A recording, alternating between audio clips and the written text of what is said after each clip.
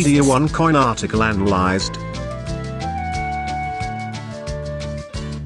In this topic, I will analyze the article that is #1 source link on Wikipedia and is used by critics as the most credible source for OneCoin negativity. You can read the whole article here, The Rise of Cryptocurrency Ponzi Schemes.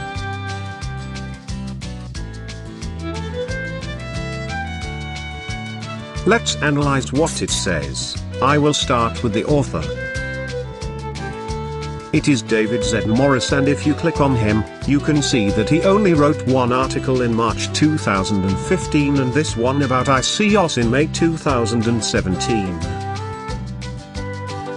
If we click on writers list, we can see that David Z. Morris is not registered writer on this website.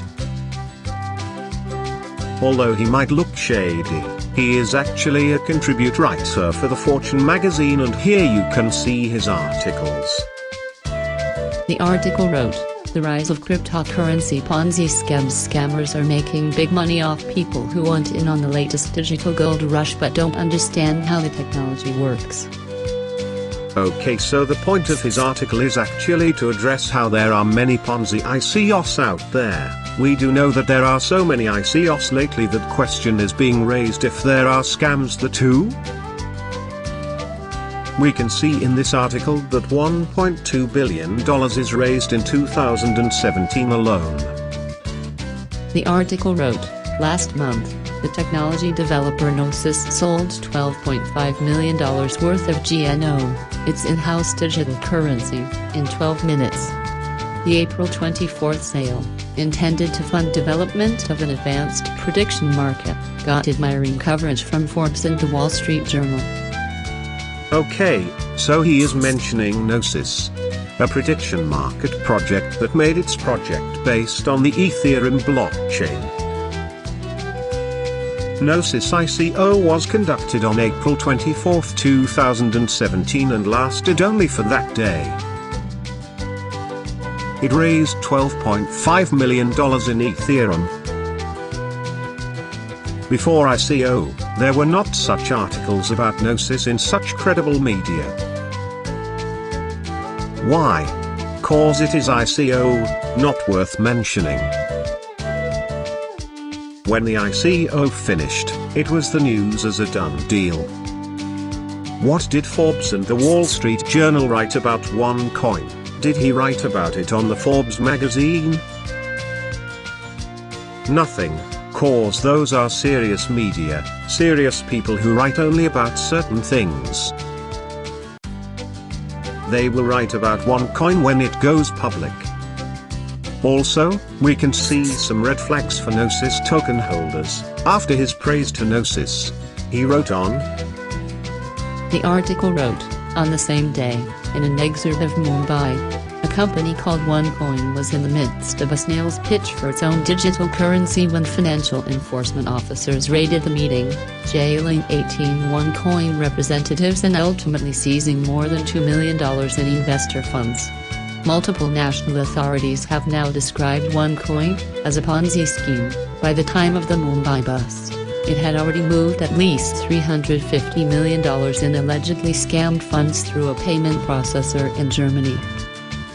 When we read this paragraph, we see three segments there. 1, he mentions Indian arrests, and we already know that those were only individual people using OneCoin to scam people, not the company itself. It was analyzed in another topic. 2, he mentions how multiple authorities described OneCoin as a Ponzi, and this was a notorious lie. We already know that no authority described OneCoin as a Ponzi, but we described why OneCoin is not a Ponzi in another topic. There was just warnings for OneCoin, the same as there were warnings for Bitcoin and other cryptocurrencies. Whole analytics of warnings is in another topic. 3, he mentions $350 million being scam money, where we know that was legit money from selling education packages, but issue was that the company who collected money did not have a license, and that was not up to OneCoin to obtain it. Later, Germany recognized OneCoin as a future financial instrument, so it needs to have a financial license. The whole Germany case is described in another topic. We can already see that this guy has no clue about OneCoin, and he only knows what Bitcoin people and OneCoin haters told him. Let's go on. The article wrote, OneCoin loudly trumpeted its use of blockchain technology, but Hull's net claim were visible long before international law enforcement took notice. Whereas Gnosis had experienced engineers, endorsements from known experts, and an operational version of their software, OneCoin was led and promoted by known fraudsters waving fake credentials. This is the key why there is so much buzz about OneCoin. ICOs are started by developers, where OneCoin is started by financial people who just hired developers to do the job. Ask yourself, when making a currency, an instrument with financial value and usage, is it normal that financial experts make a project and developers work, or can developers without any financial knowledge make a proper financial product? We see at the decentralized community that developers are making and starting projects without any financial expertise. They receive their millions and then they let the open market decide its value. But the open market is ruled by speculators and whales, and small people just lose money there. This is the importance of financial expert making a project to make it stable and less vulnerable to speculations.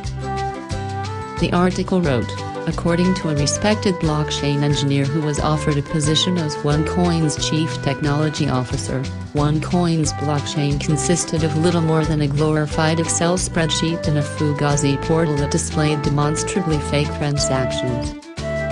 So here he even linked a behind MLM article that writes about Bjorn Jerk allegedly being called by OneCoin to make a blockchain. First of all, we can see in this topic that Bjorn is a contradictory liar that was never called to work for OneCoin. But wait, do you see the Forbes or the Wall Street Journal allow to quote anonymous bloggers like behind MLM? Of course not. That's why he published this here. The article wrote, while it's easy to see the lie in OneCoin's fictional blockchain, entirely sincere claims about such an nascent sector still constrain the limits of mere optimism. Many experts, for instance, believe that Gnosis's use of the blockchain to aggregate data could become a widespread backbone technology for managing complex systems from traffic to financial markets.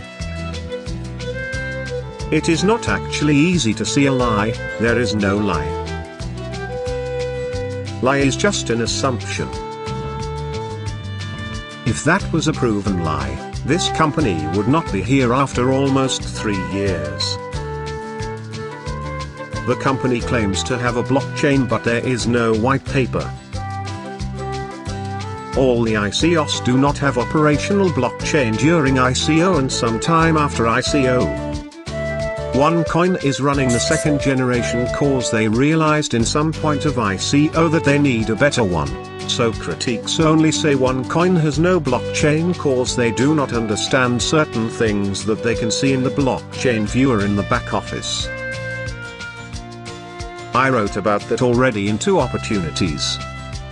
And it is okay to them that other ICOs do not even have operational blockchain during ICO. Let's leave the company to go public and they will then open their blockchain, so then we can talk about it.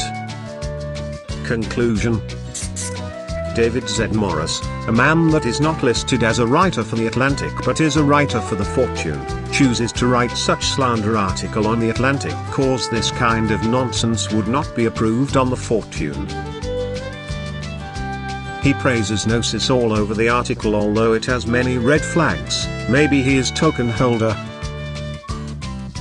He writes an article that actually has sense. There might be many scam ICOs out there, but he used OneCoin as the biggest example, yet he showed his complete ignorance and he just parroted what OneCoin critiques are doing for the last 2 years, or some sickos even more. His sources were self-pronounced experts in cryptocurrency and MLM bloggers who write about anything just to get clicks. Those kinds of guys will be credible when they start writing about serious and proven information, not just some individual assumptions. Probably that is why he would not be allowed to write such article on a Forbes magazine. Pretty clear. Please subscribe to our channel and help us spread the word. Thank you.